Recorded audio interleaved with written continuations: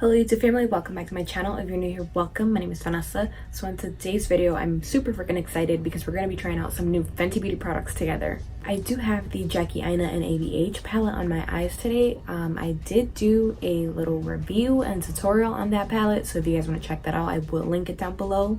But today we are testing out the new Fenty Beauty Hydrating Foundation and their new True Matte Primer.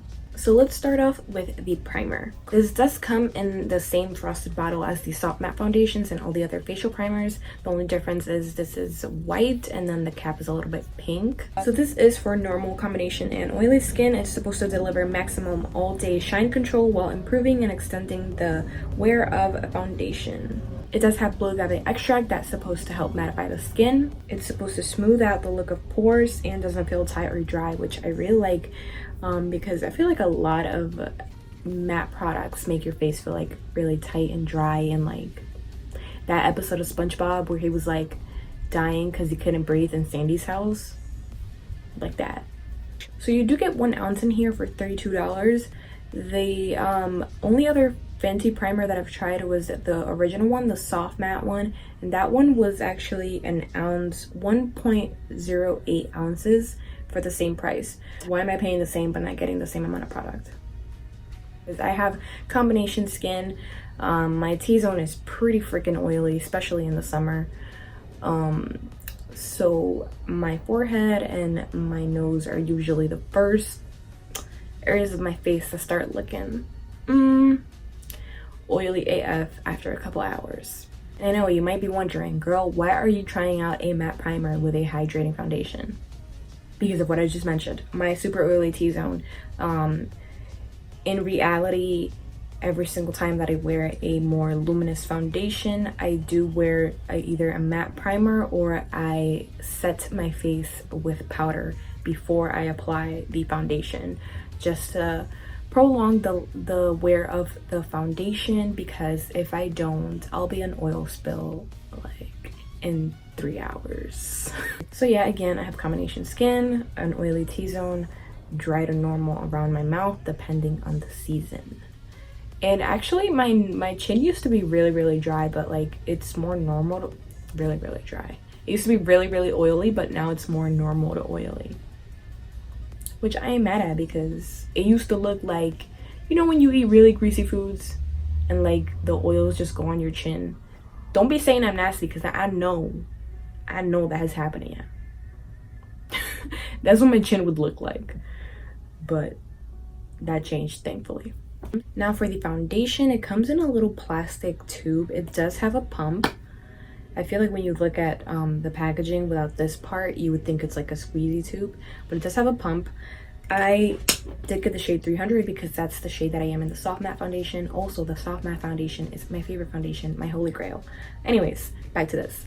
Yes, I actually like the packaging. Normally, I wouldn't like foundations with packaging like this, because I would think it looks cheap, but this doesn't look cheap.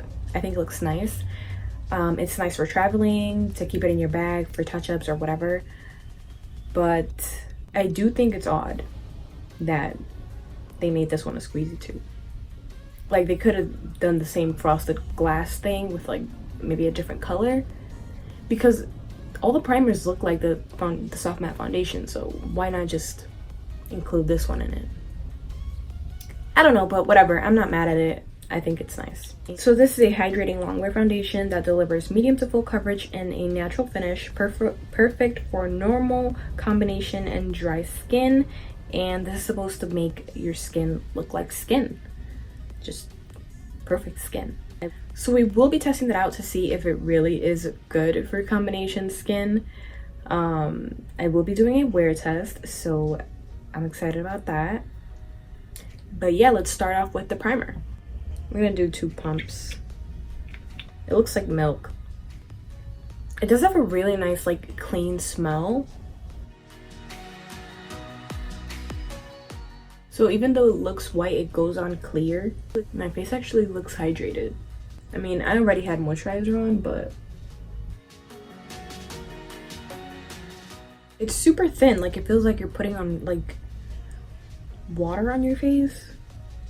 It did dry down more matte than how it applied. However, I could still see like a little bit of glow to the skin. Now we're gonna go in with the foundation, and we're gonna do 2 pumps of this. It doesn't really have a scent. It smells just like the soft matte foundation. Okay, so first of all, you know how I said it was medium to full coverage? This is a pretty, well, I don't really have like problematic skin. So this is looking pretty full coverage on me. It definitely looks like I could build this up, but I think this is a good amount of coverage. Does it look hydrating? Yes. However, I feel like it's probably not at its fullest potential because of the matte primer that I applied. But that's not necessarily a negative thing. I could definitely see the hydrating factor. It looks really nice on the skin. It feels lightweight. Alright, so I did notice something. On this side I do have like a little bit of freckles and like stuff like that, and like a few dark spots, and the foundation covered them perfectly. But on this side it does look more medium coverage because I have a lot of beauty marks. I don't know if you guys could see, but I have a lot of beauty marks and they weren't all covered, which is not a problem for me at all. I love my beauty marks, but I'm just pointing that out because if it was like full coverage from the get-go, you wouldn't be able to see the beauty marks. However, I could definitely build this up. I am going to build it up just a tiny bit because I do feel like I have a little bit more on this side. Also, I am gonna have to do either 1 more pump or 2 more pumps because I'm running out. And I think that the pumps probably in this foundation are just smaller than the ones in the actually no, now that I'm thinking about it, the soft matte is more liquidy, so probably more comes out. But this one is not liquidy. Like it ran a little bit, but it's like in between liquidy and thick, you know?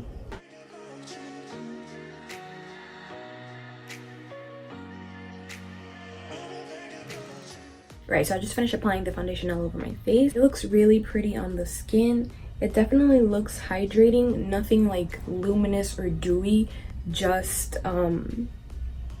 like a hydrating finish where your face doesn't look dry.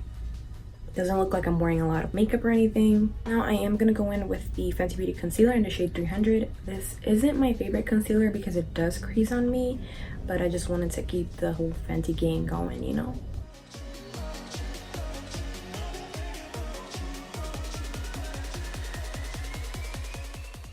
So the concealer did blend really nicely into the foundation. So now I'm going to set my face and I'm going to bake my under eyes with the Huda Beauty setting powder in the shade Pound Cake. And I'm going to set the rest of my face with my Laura Mercier loose translucent powder.